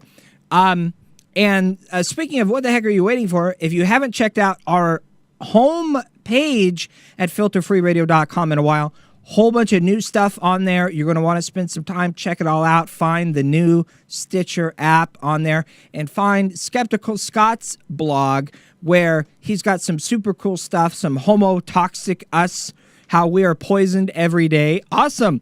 And the other... Cut yourself off from the petrochemical industry. And the other video that we're going to get to right now that Scott has up on his blog right now is Chris Hedges and the NSA whistleblower William Benny on the NSA criminality. It's a conversation from Reality Search Itself and the Real News Network, which we have a link to at our website. Hire, man, in Baltimore. You should move back and get a job there. We have a link to the Real News Network at our website, as well as anytime we all of the sources of our information, essentially, there's a link to all of them at the website. Common Dreams, Truth Dig, Democracy Now!, the Real News Network, Truth Out, Lee Camp, Jim Hightower, everything that we do, there's a link to it at the website, so go check it out. And, of course, there's a link to these videos, Chris Hedges, William Bentley on the NSA. I play these clips to open up the very beginning of the show. But here is why we should be looking at Jerry Ford as part of the reason why the NSA is doing what they're doing now. And here is William Bentley explaining why he thinks that's part of the reason. And I didn't think about this, but now, it makes perfect sense. Well, that's exactly right. I mean, I blame all of the mess we're in terms of data collection on U.S. citizens and violations of the Constitution directly on Jerry Ford for pardoning Nixon. When he pardoned Nixon, what that told every president is that he had a get-out-of-jail-free card no matter what he did, and that was the next president. So that meant it could only get worse from there. That's a problem. So I blame that setting up that condition on Jerry Ford. But, I mean, what they're doing now is a continuation. It didn't seem to matter what party it is. They're trying to focus on the whistleblower and not the fact of what they're doing and the crimes they're committing. Yeah, and that's an interesting place to start. Didn't think about that one yet.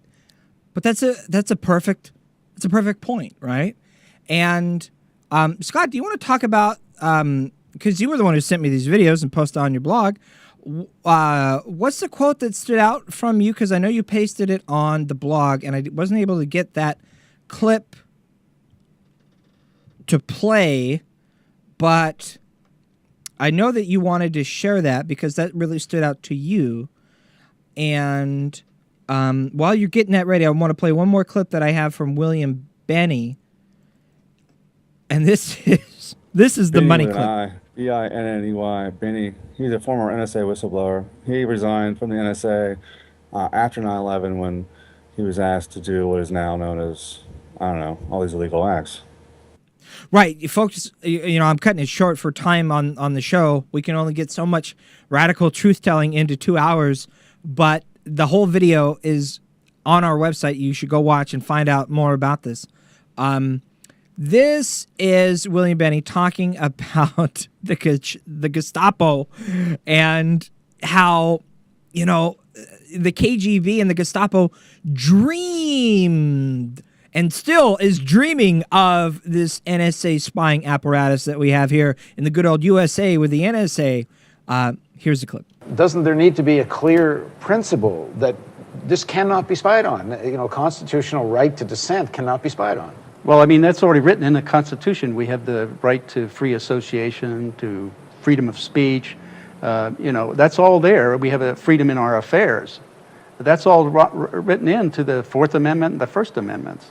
Also, as we had talked earlier in the earlier segment about the law enforcement using that's a violation of the Fifth Amendment, the right to not testify against yourself. Well, when they're using the emails that you send or anything that you're doing that's acquired through NSA, a non-warrant acquisition of data, that's using that information against yourself. So it's a violation of the Fifth Amendment. So, you know, but I would also argue, and this is one of the reasons I objected so quickly against what they were doing. I had been working the Soviet problem, the KGB, the MVD, and all of those the totalitarian state problems for almost 30 years. And it was very clear to me that the procedures they were setting in place after 9/11 from the Bush-Cheney administration was clear to me that they were setting in place all of these totalitarian procedures because that's exactly what the KGB wanted to do. And that's why I've said before that the KGB, the Stasi, the Gestapo, none of them could have dreamt of anything like this. But they would have thought, like former Lieutenant Colonel in the East German Stasi, Wolfgang Schmidt, said when he was commenting about the NSA collection and the warrantless surveillance of all the citizens of the United States. He said, for us, we could have only dreamt of this, or this would be a dream come true. And that's where the clip from the introduction of today's show came from. But there you go. Isn't it scary? It's just kind of scary. It's funny, it's all that, military-industrial complex. Be very aware of for-profit war. And then, of course, Martin Luther King. There's a history and lineage of these things, and then all civilizations end up cannibalizing themselves, in the name of growth, of expansion, of progress. I think the word is progress, or inevitable human progress. For more technology, more shit. Like I saw tonight on the corporate media where they're going to start training doctors using 3D imagery to operate on hearts. It's going to be a revolutionary breakthrough, and I think it's Raytheon that designed this. Raytheon, the same defense contractor, designs, I don't know what weapons of mass destruction, but ballistic missiles at the very least. Right. So yeah, it's just this is what passes for progress. Yeah. Not for example, higher, lower infant mortality rate. I mean, for example, just to take a statistic, we have one of the highest infant mortality rates in the Western world. We have the most expensive healthcare system, whereas otherwise healthcare would be a right and not a privilege. But we don't even have that conversation. And we privatized our Medicaid. We want to privatize the post office. They're just going to end up, and all that money goes where? Goes to the 400 richest billionaires who own all this shit, who own all the stocks, the bonds, the board of directors, for Wall Street and banks and oil companies and you name it, titans of industry, if is what they called it, I guess, during the captains of industry, as they were called during the Great Depression. We have them today. If you haven't seen that movie, by the way, it's on my blog. It's Park Avenue. It's an old documentary a couple years ago about the one address on Park Avenue that has the highest concentration of billionaires in the world. And there's like it's literally one apartment building where it's like every floor is owned by a billionaire, and they're all worth like a combined total of hundreds of thousands of millions of dollars. And, Steven Schwartzman lives there. One of the Koch brothers lives there. Didn't you like Lee Camp's idea on on the moment of clarity we played on the break of why do we have a day at Christmas where we just, everyone, it's socially acceptable to give a gift when there should be one day where it's acceptable for you to just go up to a bankster and take his shoes or take his... Yeah, right. That you was never see funny, these people. man. I know. Robin Hood. Yeah, all right. Yeah. Yeah, I'm sorry, I Camp's didn't mean great. No, I love Lee Camp. Are you kidding me? I wish I had his wit to make a levity of such difficult situations. We'd quit this shit and become stand-up comedians. You know what I'm saying? That'd be so much more fun. Yeah, right. Well, that's the thing. I mean, there's a quote. I'm totally butchering it, but words to the effect of, if you're going to tell someone the truth, make sure to make them laugh when you do it. Oh yeah, because they don't want to hear it. Right. Here's this quote, by the way. Quote I was just talking about. This is the quote that you posted, Scott, on this video. Chris Hedges and the NSA whistleblower William Benny on NSA criminality on our website at filterfreeradio.com on your blog. The quote, and this is a different part of the discussion talking about the DEA, and this is really scary. DEA created a separate division, a special operations division, to look into the NSA data to find information about citizens that were involved in drugs or other kinds of criminal activity, and then used that evidence to point state and local police to them to arrest them. And then once they got them arrested, they had rules on how to manage this data. They weren't to tell the police who made the arrest or the courts or the lawyers defending or prosecuting or the judges. No one was allowed to know the source of the original data. They had to do a parallel construction, which was to go and find evidence that they would have accumulated in a normal police procedure to justify an arrest to begin with, and then substitute that evidence for the information that they really used to arrest. End quote. In other words, I don't care about all the spying and recording because I don't do anything wrong, so I'm not worried about it. Well, that's the problem. The thing is that what the definition of that is changes. I know it's a cliche, but first they came for the trade people. I didn't say anything because I wasn't a trade unionist, and they came for the Jews. I didn't say anything because I was a Jew. But it's just the way it works. I mean, and it's like backfilling, right? Backfilling. So they record all the information, and then come back and hold that against you later on. It's really in other scary. words, if they want to take you down, they can. They'll just fill in the blanks and make something that you do illegal that you didn't know was illegal, and then you'll just go to jail for it. Yeah. And if you look at what happened to Aaron Schwartz was pestered on something that would have otherwise been a misdemeanor, and could have been just dismissed because he didn't actually release the data. So nothing really, and a law was not broken per se, but they went after him anyway, and that could happen to anybody. Right. And I know someone out there is saying, well, we're not even close to being a totalitarian state. What the heck are you talking about? Why are you even drawing this comparison? Check out Sheldon Walden's Democracy Incorporated and his definition of inverted totalitarianism and all of the work that Chris Hedges has done on it. But here is that, going back to this conversation on the Real News Network, Reality Sorts Itself, with Chris Hedges and the NSA whistleblower William Benny. Here's what Chris Hedges has to say, a couple of clips from the conversation. And this first clip, Hedges is talking about the origins of totalitarianism. And let's be clear, I mean, Hannah Arendt, again, to go back to origins of totalitarianism, describes a totalitarian state as one by which the handful of dissidents, whistleblowers, people who stand up, are silenced through coercion and maybe even murder, and the rest of the population, the majority of the population, is incapacitated through the evisceration of privacy and fear. And that is precisely the system that we have now built. In other words, keep the people afraid so they don't fight back, so they don't question authority or challenge the corrupted systems. Keep people afraid. Make sure that they don't, dare question anything or fight back for, their rights or anything. And the status quo can continue and the corruption can continue. That's why you kill the messenger and you pick off the rebels like Snowden and Michael Hastings and Jeremy Scahill and Glenn Greenwald, and there's only a few, and they've been, I think Hedges touches on this in the interview as well. It's the fact of the matter that all the real journalists are being done from outside the United States. I mean, Glenn Greenwald lives in Brazil. Lloyd Poitras lives in Germany. And so even, who's the other one I can't think of? Yeah. I'm surprised Scahill still lives in the U.S., by the way, but that's another story. Because, I mean, if anyone's ever seen his documentary, I mean, it's just... Dirty Wars. Yeah, Dirty Wars. It's surprising that the NSA hasn't tried to take him down. Yeah. And, and so courage is contagious, in other words. Kill the messengers, kill off what little bit of consciousness is out there, what little bit of courageousness is out there.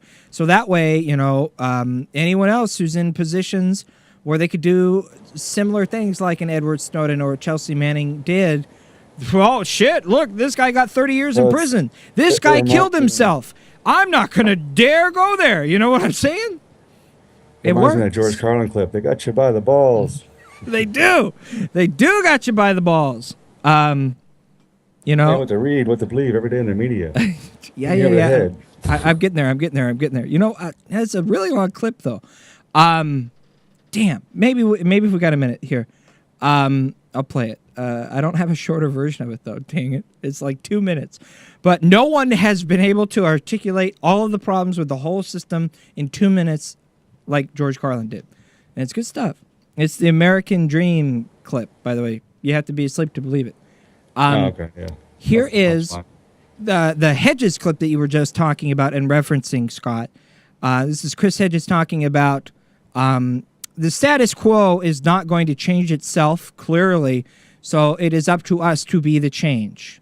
And we are seeing, whether it's in the war on drugs, whether it is the persecution of whistleblowers, and, the FBI burst into Bill's bathroom in the morning and seized all of his computers.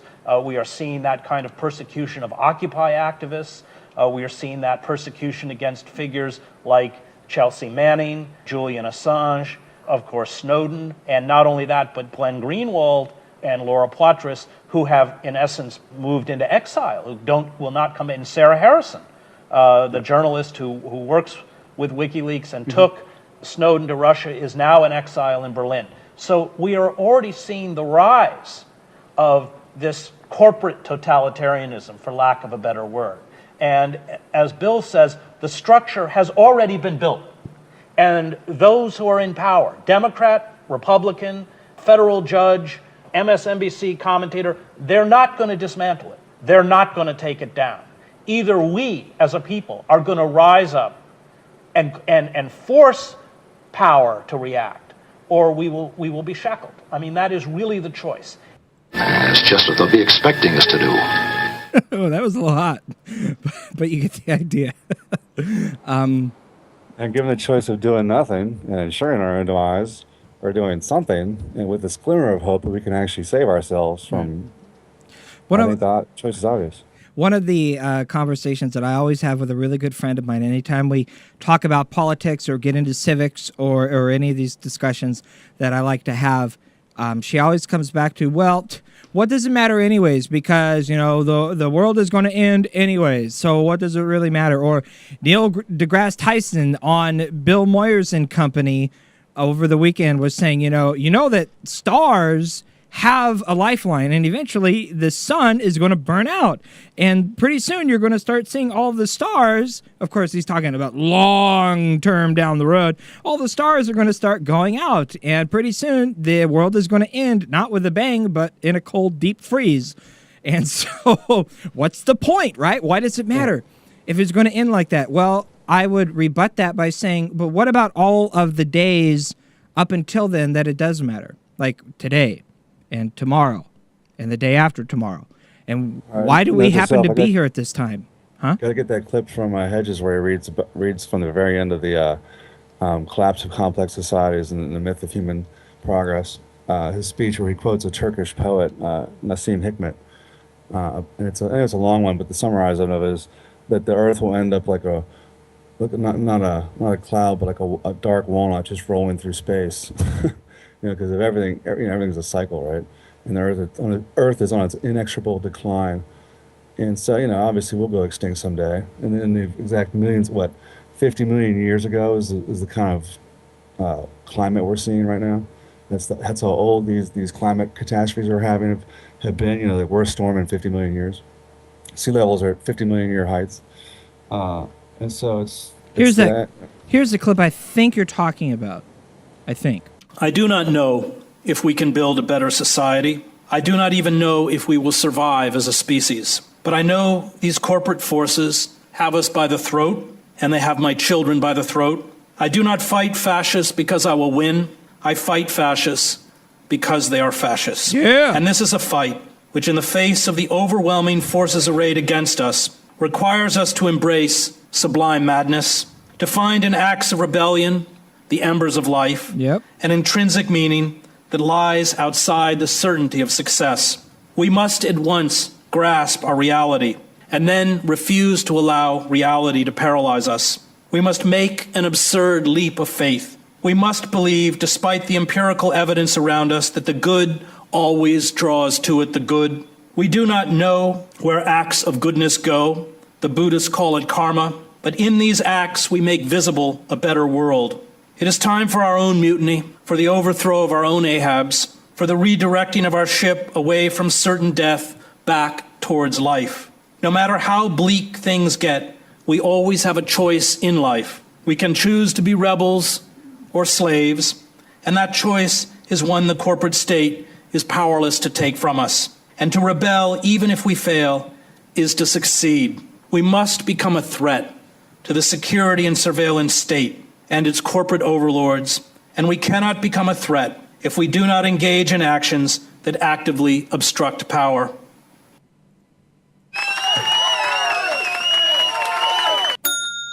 Kind of like that. Was that the clip you were talking about? Yeah, I'm for anything that fucks up the system. That and the other one. Anytime someone drops an F-bomb, you're like, yeah, I agree with that.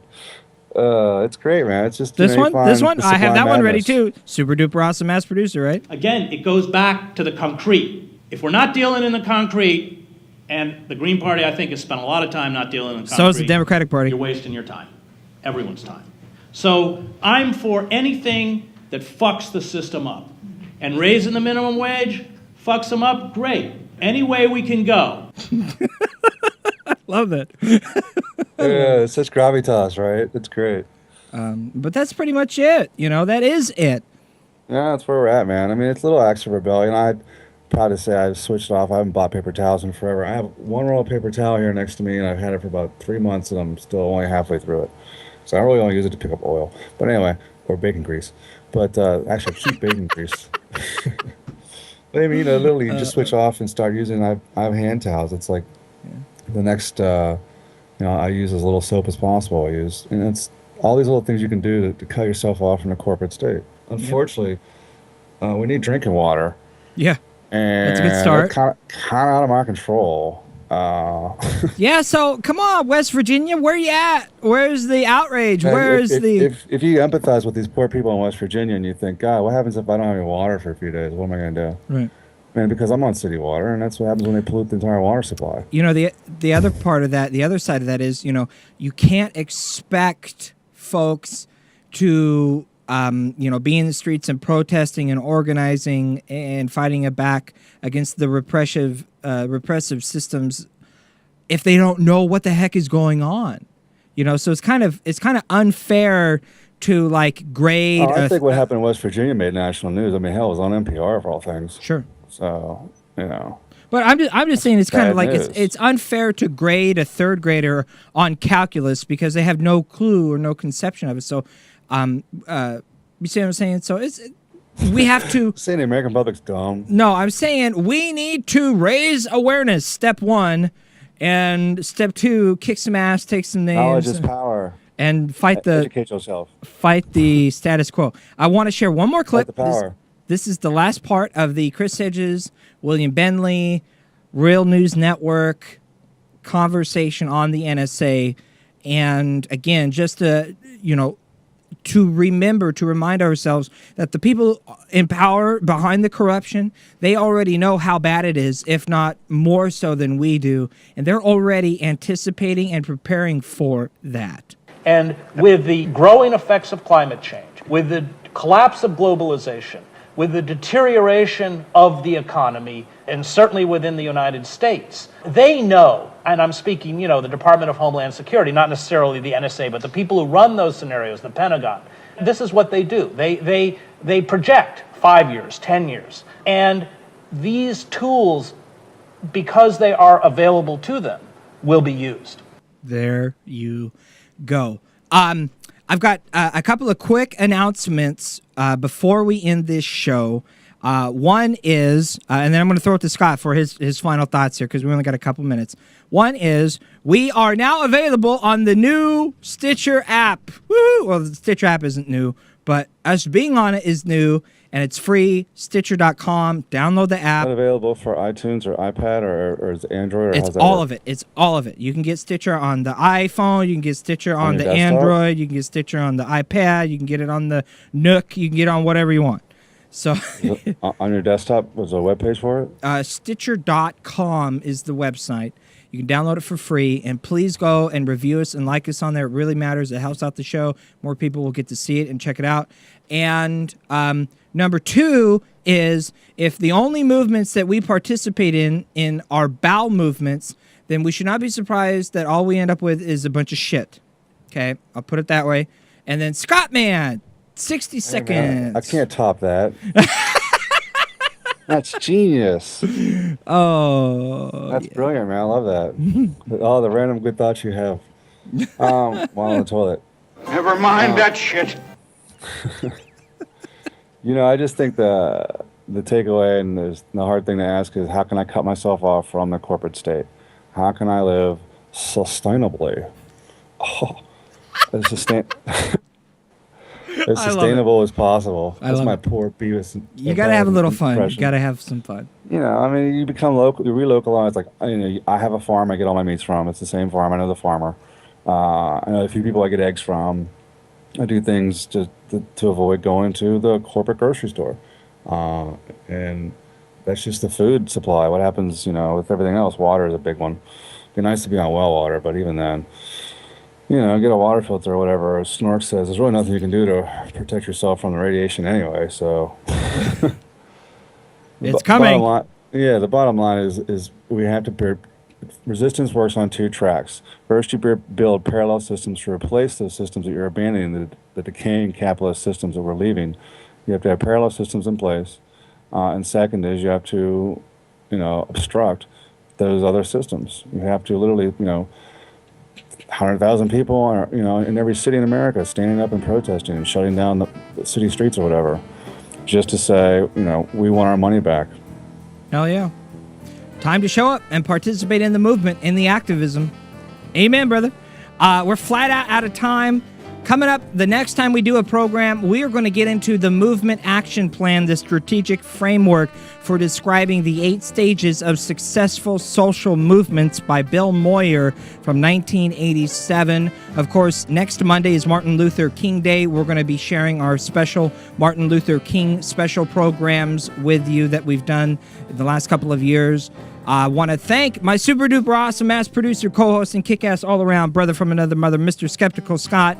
Want to thank Nicole Sandler at RadioOrNot.com, Kenny Pick of Liberal Justice Radio, and all of the other folks that syndicate the program, that share and spread the word, because that's the only way we grow is by you. Thanks to everyone in the chat room. Love you guys. JD Fishin, Randy Lover, Snark Y2K, Taffy Candy, Adam, everyone I'm missing, thank you. Participate. Keep up the good fight. Don't let despair be an option, and make a difference. Be the change. And we'll see you soon. Rock and roll, kick ass, and all that good stuff. Filter Free Radio. There's a time when the operation of the machine becomes so odious, makes you so sick at heart that you can't take part. You can't even passively take part. And you've got to put your bodies upon the gears and upon the wheels, upon the levers, upon all the apparatus, and you've got to make it stop. So give me something to believe, 'cause I am living just to believe, and I need something more to keep on breathing for. So give me something to believe. The revolution will be broadcast Monday from 7 to 9 p.m. Eastern. Filter Free Radio.